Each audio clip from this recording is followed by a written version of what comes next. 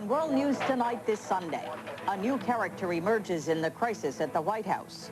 Could that strengthen Kenneth Starr's hand? More U.S. troops head to the Gulf, but Russia and Iraq insist they're making progress toward a diplomatic solution. And in California, swollen rivers and more rescues as El Nino prepares to strike again.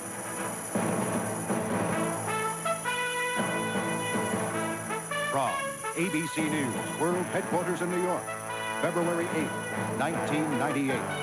This is World News Tonight, Sunday. Here's Carole Simpson. Good evening. There's a new name running through the nation's capital tonight. Ashley Raines is the latest character to emerge from the crisis in the White House. She has talked to Monica Lewinsky, and as ABC's Ann Compton reports, she has also talked to the grand jury investigating President Clinton. There is another witness in whom Monica Lewinsky confided. Another woman on the White House staff has testified before the grand jury. Ashley Raines, wearing the blue scarf, is identified by White House sources as one of Lewinsky's closest friends there, who currently works in the Office of Administration. She's an Arkansas native whose mother, Linus Raines, happens to be manager of Little Rock's Excelsior Hotel, where Paula Jones allegedly encountered Mr. Clinton. Newsweek will report tomorrow that Ashley Raines has heard audio tapes of phone messages that President Clinton left on Lewinsky's answering machine.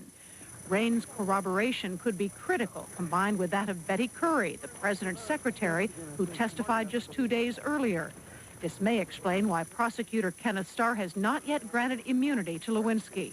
Today he refused to talk about Ashley Raines. You're asking about a specific person, and because of that, I cannot get into what a particular witness or even whether someone is a witness or not. I just cannot, I cannot do that.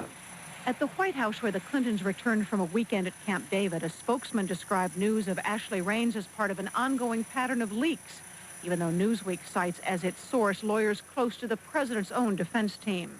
The head of that defense team, David Kendall, is finishing work this weekend on his official complaint that independent counsel Starr is guilty of violating the law by leaking grand jury information. If those documents are ready, Kendall hopes to head into federal court tomorrow. He's expected to ask that Starr's office be held in contempt. And Monica Lewinsky's attorneys say they want to go to court on Tuesday. They want Starr forced to give their client immunity. But it would seem that Starr has already assembled a lineup of witnesses who can establish the details of the president's relationship with Monica Lewinsky. Carol? Thank you, Ann. Ann Compton reporting from the White House. Independent counsel Ken Starr was also a hot topic on the talk shows today. It's a buck that Ken Starr has a slash and burn vendetta against the President of the United States, and his conduct is unprofessional. He's a man of integrity. I think he's a good religious man. I just think this is ridiculous how they try to destroy him. What we've seen is an ongoing campaign of leaks and lies that, frankly, I think have a political axe to grind and are worthy of an investigation. I think that the attack is totally out of order. It's a typical MO for this administration. Attack your accuser, any accuser, try to discredit them and destroy them. Starr may be going to court this week, not as a prosecutor, but as a defendant. As Ann Compton reported, the president's lawyer, David Kendall, is planning to file a complaint about leaks he alleges came from Starr's office. ABC's legal analyst Jeffrey Toobin joins us now.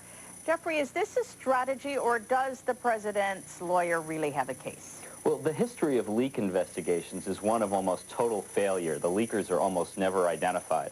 But if the president's lawyers can force Ken Starr to spend time defending themselves rather than prosecuting Bill Clinton, that's a victory in and of itself. Jeff, this Ashley Raines now that we're hearing about today, does she help Ken Starr's case? Well, we really know so little. I mean, do these tapes still exist of the president on the answering machine? What does he say? It's not illegal for the president to call Monica Lewinsky. All those questions still need to be answered, but it is suggestive of a greater relationship than the president has so far let on. Thank you very much. ABC's news analyst, Jeffrey Toobin. We'll have more on the reaction to the crisis in the White House in the nation's churches later in the broadcast. Now, turning to the situation in the Persian Gulf. More U.S. troops are heading out today. At McGuire Air Force Base in New Jersey, Some 70 troops boarded planes for the 15-hour flight to the Gulf. And early this morning at McChord Air Force Base near Tacoma, Washington, another 24 troops shipped out. But even as the troops head overseas, diplomats are still working to find a peaceful solution. Here's ABC's Sheila McVicker. The Russian envoy was still in Baghdad today, shuttling between meetings with senior Iraqi officials, still trying to find a diplomatic solution that would avert military strikes.